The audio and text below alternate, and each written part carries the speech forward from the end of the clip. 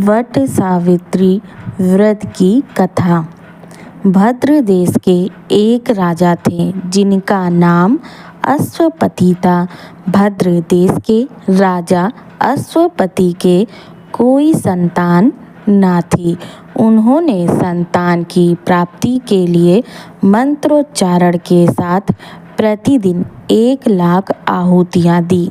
18 वर्षों तक यह क्रम जारी रहा। इसके बाद सावित्री देवी ने प्रकट होकर वर दिया कि राजन, तुम्हें एक तेजस्वी कन्या पैदा होगी। सावित्री देवी की कृपा से जन्म लेने के कारण कन्या का नाम सावित्री रखा गया।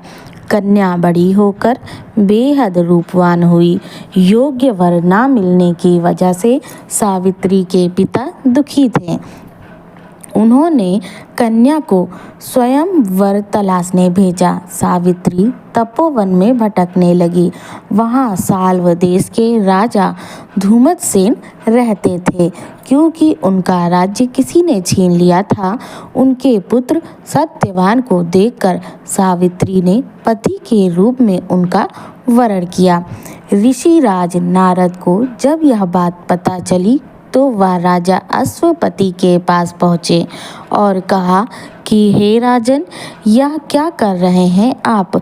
सत्यवान गुणवान है, धर्मात्मा है और बलवान भी है, पर उसकी आयु बहुत छोटी है। वह अल्पायु है। 1 वर्ष के बाद उसकी मृत्यु हो जाएगी।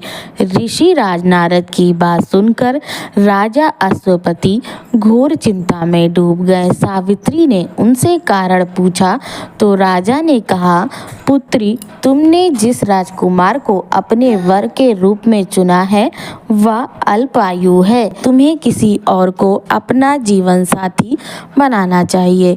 इस पर सावित्री ने कहा कि पिताजी, आर्य कन्याएं अपने पति को एक बार ही वरण करती हैं। राजा एक बार ही आज्ञा देता है और पंडित एक बार ही प्रतिज्ञा करता है और कन्यादान भी एक ही बार किया जाता है।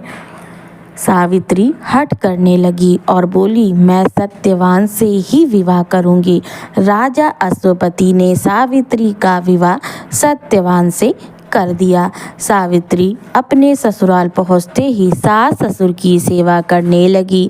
समय बीतता चला गया। नारद मुनि ने सावित्री को पहले ही सत्यवान की मृत्यु के दिन के बारे में बता दिया था। वह दिन जैसे जैसे करीब आने लगा, सावित्री अधीर होने लगी। उन्होंने 3 दिन पहले से ही उपवास शुरू कर दिया। नारद मुनि द्वारा कथित निश्चित तिथि पर पितरों का पूजन किया। हर दिन की तरह सत्यवान उस दिन भी लकड़ी काटने जंगल चले गए।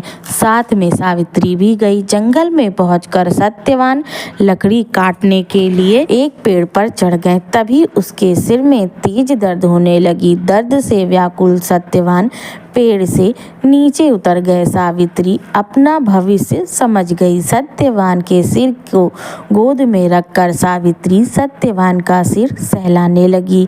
तभी वहां यमराज आते दिखे। यमराज अपने साथ सत्यवान को ले जाने लगे। सावित्री भी उनके पीछे पीछे चल पड़ी।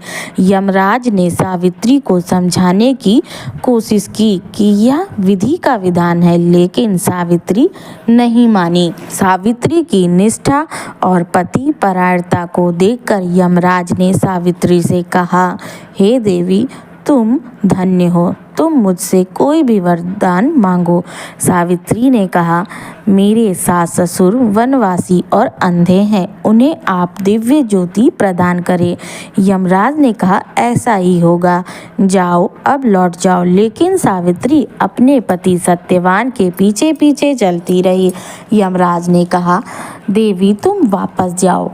सावित्री ने कहा, भगवान, मुझे अपने पति देव के पीछे पीछे चलने में कोई परेशानी नहीं।